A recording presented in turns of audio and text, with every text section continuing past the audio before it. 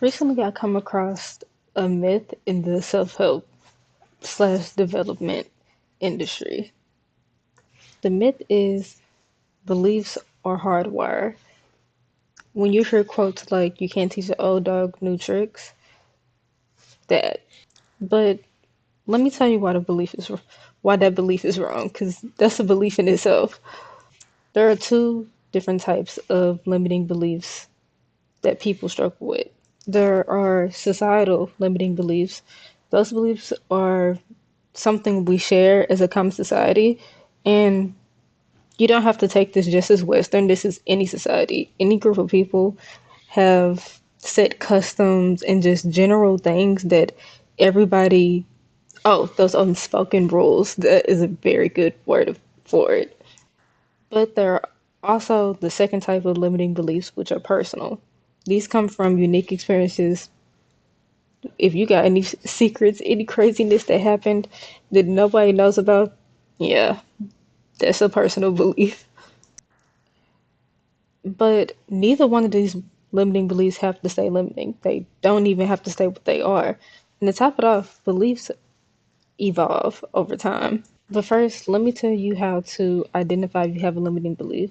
A limiting belief happens based off of if you feel reactive versus proactive and even neutral.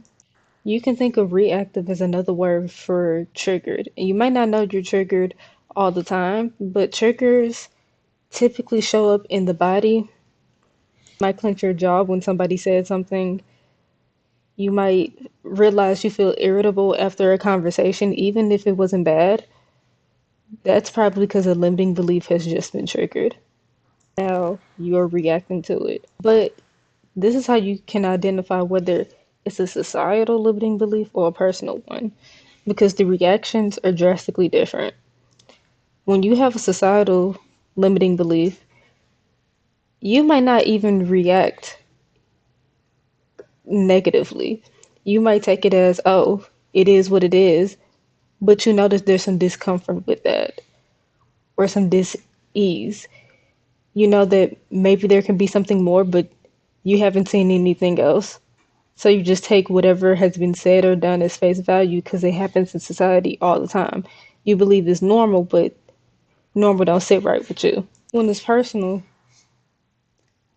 reactions aren't always just outbursts, but this is when your mental state can go from high to very low.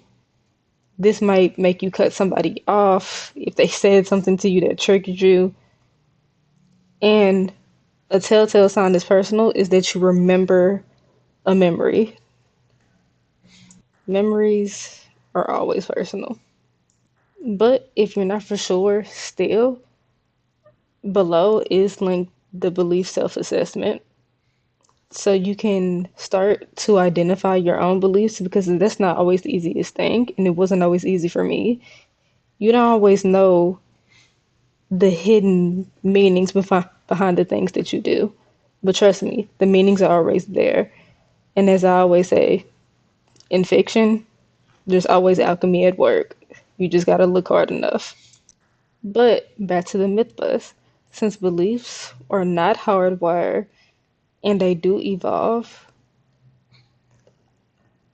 I believe and I'm created a way that you can have an infinite evolving belief. These are beliefs that can activate the ladder of positive growth in yourself and value for others. These beliefs evolve over time into more grandiose yet secure ones. People will wonder how you have it, but you won't be able to teach it to them because it will be your unique subconscious belief. But to get to that point, you got to know thyself. So check out the belief self assessment below. And thank you for watching.